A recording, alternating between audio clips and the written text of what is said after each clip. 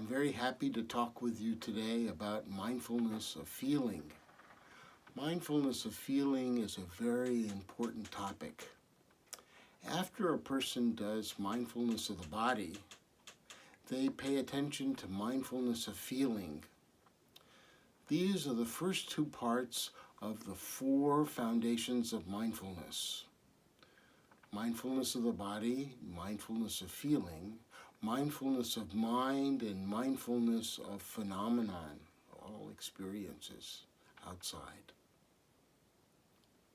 So we know about this teaching because the Buddha gave a very important talk called Satipatthana, the foundations of mindfulness, the four foundations. And in this talk, he described how to do each one of the trainings. Started with mindfulness of the body, dividing it into 32 parts. He also discussed mindfulness of feeling. Now, the mindfulness of feeling section is the shortest of the four foundations of mindfulness, but that doesn't mean that it's not as important.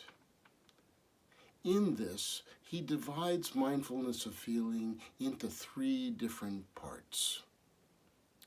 The first part has to do with examining whether our feeling is either pleasant, unpleasant, or neither pleasant nor unpleasant. Pleasant feelings, we know, are feelings where we feel comfortable, at ease, or enjoying things. Unpleasant, of course, is the opposite. Uncomfortable, ill at ease, not enjoying.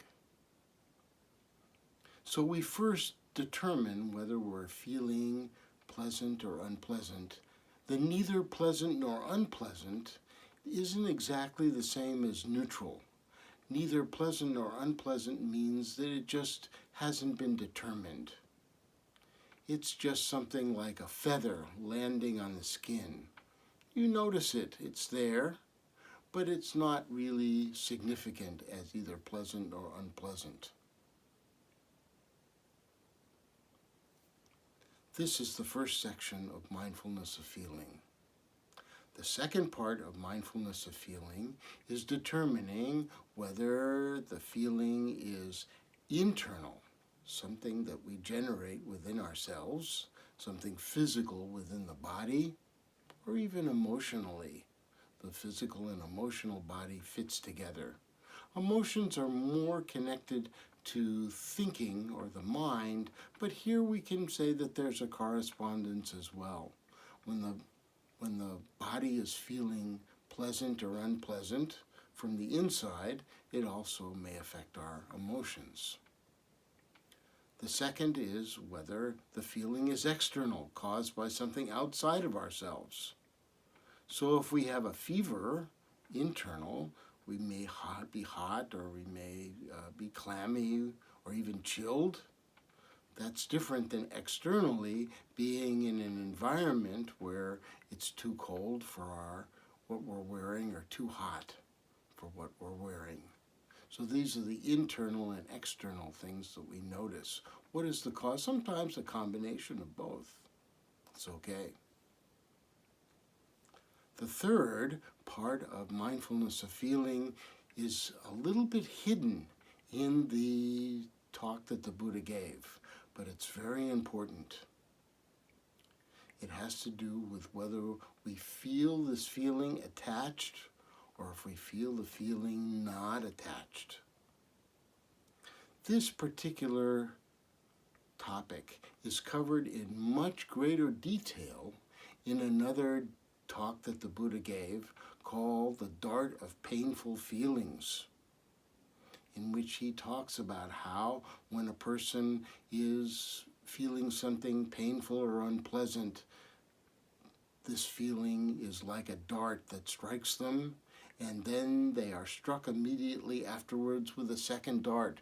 So they experience two darts, a bodily one and then a mental one. The mental one is how the mind attaches to it. and plays it over and over and over again, even when the bodily feeling may be gone. We say that the person who does this, who's not well instructed in the practice, the Buddha calls uninstructed worldling. When he feels a pleasant feeling, he feels it attached. When he feels an unpleasant feeling, he feels it attached. When he feels both neither a painful nor a unpleasant feeling, he feels that attached as well. Whereas someone who is trained in the practice of meditation, who understands the truths that the Buddha was teaching, this person, when they feel a pleasant feeling, they don't attach to it. When they feel an unpleasant feeling, they don't attach to it. When they feel neither a pleasant nor an unpleasant feeling, they don't attach to it. This is the difference and the disparity between the uninstructed worldling and the noble disciple. So this is the teaching that the Buddha gave on such a subject. So when we practice mindfulness of feeling, we notice these things. We just pay attention, and we do our best to discern whether it's a pleasant, unpleasant, or neither, whether it's coming from inside or outside, or some combination. And particularly, we pay attention to how attached we are to it. And we attempt to utilize our understanding of impermanent, imperfect, and impersonal so that we don't attach too much to the mind, to this feeling. This is very important. So I hope that this practice will be of benefit to you.